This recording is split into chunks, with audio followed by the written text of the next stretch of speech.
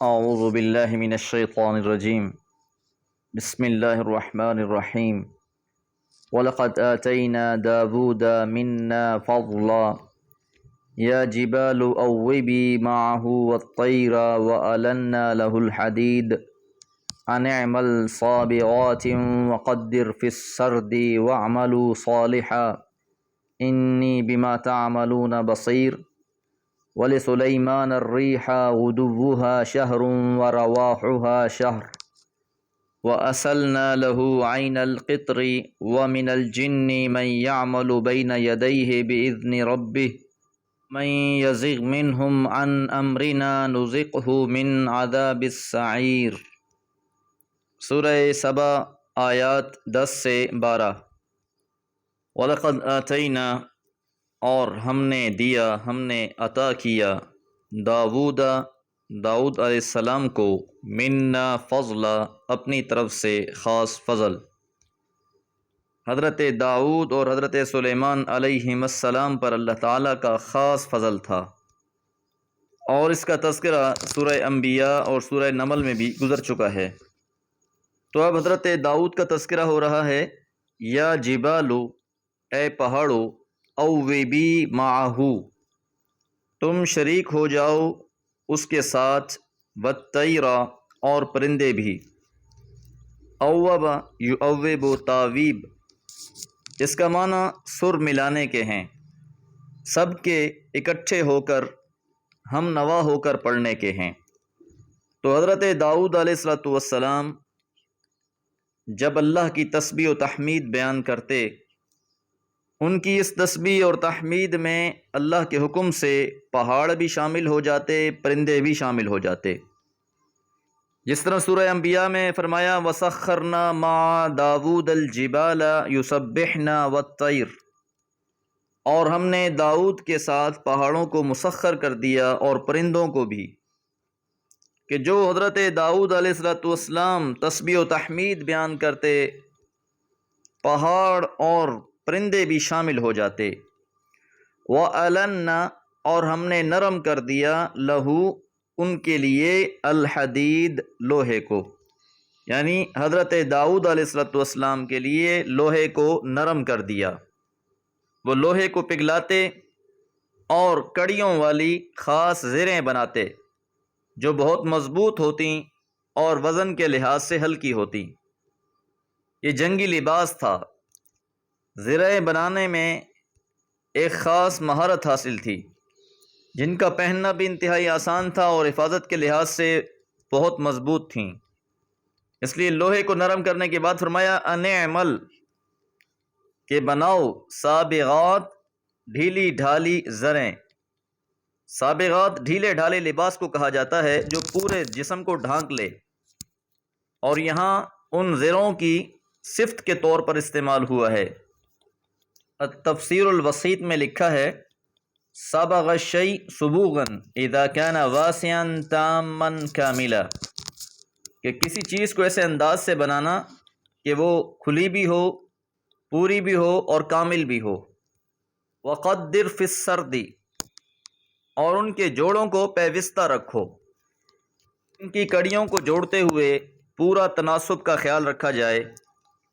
تو اللہ تعالیٰ نے حضرت داؤد علیہ السلام کو لوہے کو اچھی طریقے سے پگھلانے اور پھر اسلحے کی بہترین بناوٹ کا ہنر دیا۔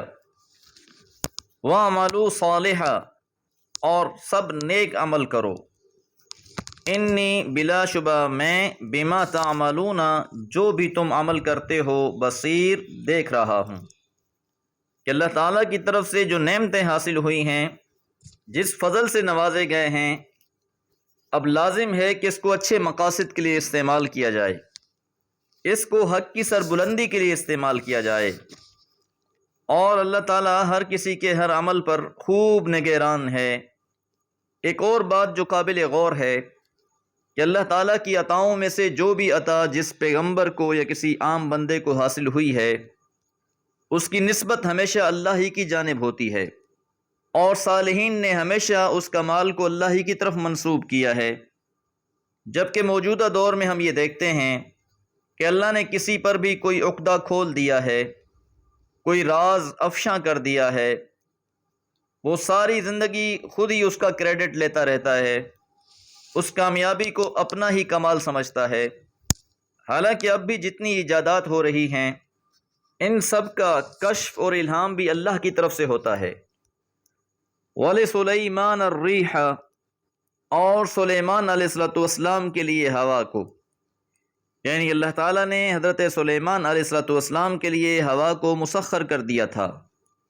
غُدُوُّهَا، اس کا صبح کو چلنا، شہرٌ، ایک مہینے جیسا، وَرَوَاحُهَا، اور اس کا شام کو چلنا، شہرٌ، ایک مہینے جیسا۔ اکثر مفسرین نے اس سے یہی مراد لیا ہے کہ جس ہوا کو حضرت سلیمان علیہ السلام کے لیے مسخر کر دیا گیا تھا وہ غدو کے وقت ایک مہینے کی مسافت طے کر لیتے تھے، اور غدو کی تفسیر میں لکھا ہے اول النہار الی الزوال، سورج کے نکلنے سے لے کر زوال کے وقت تک۔ اسی طرح رواح جو لفظ ہے اس کے بارے میں لکھا ہے من الزوال الی آخر النہار، کہ زوال کے بعد سے لے کر دن کے غروب تک، دن کا جو باقی آدھا حصہ ہے اس میں بھی ایک مہینے کی مسافت طے کر لیتے، تو گویا پورے ایک دن میں 2 مہینوں کی مسافت طے کر سکتے۔ سورہ صاد میں فرمایا فَسَخَّرْنَا لَهُ الرِّيحَ تَجْرِي بِأَمْرِهِ رُخَاءً حَيْثُ أَصَابَ، بس ہم نے ہوا کو اس کی خدمت میں لگا دیا، اس کے لیے مسخر کر دیا، اور وہ نہایت سازگاری کے ساتھ اس کے حکم سے چلتی جہاں وہ پہنچتا، یعنی جہاں انہوں نے جانا ہوتا ہوا کو حکم کرتے اور ہوا انہیں پہنچا دیتی۔ التفسیر الوسیط میں لکھا ہے، اس کی شرح میں لکھتے ہیں انها لسرعتها تقطع في مقدار الغدوة واحدة ما يقطعه الناس في شهر من الزمان، کہ وہ صبح کے وقت میں ہی اتنا فاصلہ طے کر لیتے جتنا عام انسان ایک مہینے میں مسافت طے کرتا ہے۔ وَكَذَلِكَ الْحَالُ بِالنِّسْبَةِ لِلرَّوْحَ الْوَاحِدَةِ، اور یہی حالت شام کے سفر کی بھی تھی۔ ابن کثیر میں امام حسن البصری رحمہ اللہ کا قول منقول ہے كَانَ يَغْدُو عَلَى بِسَاطِهِ مِن دِمَشْقَ فَيَنْزِلُ بِإِسْتَخَرَ يَتَغَذَّى بِهَا وَيَذْهَبُ رَائِحًا مِّن إِسْتَخَرَ فَيَبِيتُ بِكَابُلَ، کہ وہ دمشق سے نکلتے صبح کے وقت استخر میں دوپہر کا کھانا کھاتے اور شام تک کابل پہنچ جاتے۔ تفسیر طبری میں لکھا ہے غدوها إلى انتصاب النهار مسيرة شهر، کہ صبح کے سفر میں وہ ایک مہینے کی مسافت طے کرتے، ورواحها من انتصاب النهار إلى الليل مسيرة شهر، اور نصف النہار سے شام تک وہ ایک مہینے کی مسافت طے کرتے، اور اکثر مفسرین کی رائے اسی سے ملتی جلتی ہے۔ وَأَصَلْنَا لَهُ، اور ہم نے بہا دیا اس کے لیے عین القطر، تانبے کا چشمہ، جس طرح آج کے دور میں عربوں کے ہاں تیل کے کنویں ہیں، حضرت سلیمان علیہ السلام کے زمانے میں ان کے لیے تانبے کا چشمہ بہا دیا گیا۔ حضرت سلیمان علیہ السلام کے زمانے میں تانبے کی بہت بڑی مقدار برآمد ہوئی، انہوں نے اپنی تمدنی تعمیر میں اسے خوب استعمال کیا۔